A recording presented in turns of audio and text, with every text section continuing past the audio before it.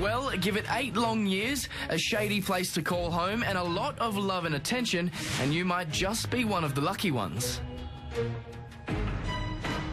This is an Amorphophallus titanum, and it's a long way from home.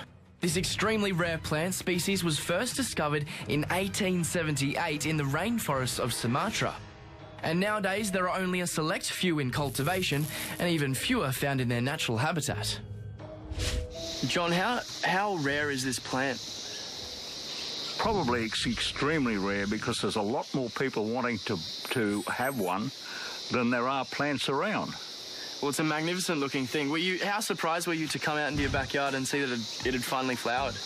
Well, one always hopes it's flowers, but we only thought we'd get a leaf this year. That's all we thought would come up.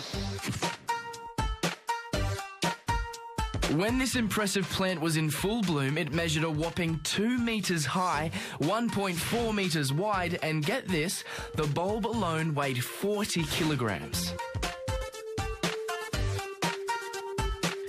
It only spent 3.5 days like this before it started to collapse away.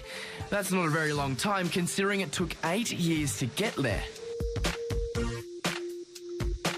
Unless you were lucky enough to lay your eyes on one of these in full bloom, you would never know it produces the most pungent smell you can imagine. This isn't to warn things away, but rather attract things to it. The intense rotting smell lures pollinating insects in. Pretty clever, I think, and that's why people have nicknamed it the corpse plant. Now, this isn't technically a flower, it's an inflorescence. Well, what does that actually mean?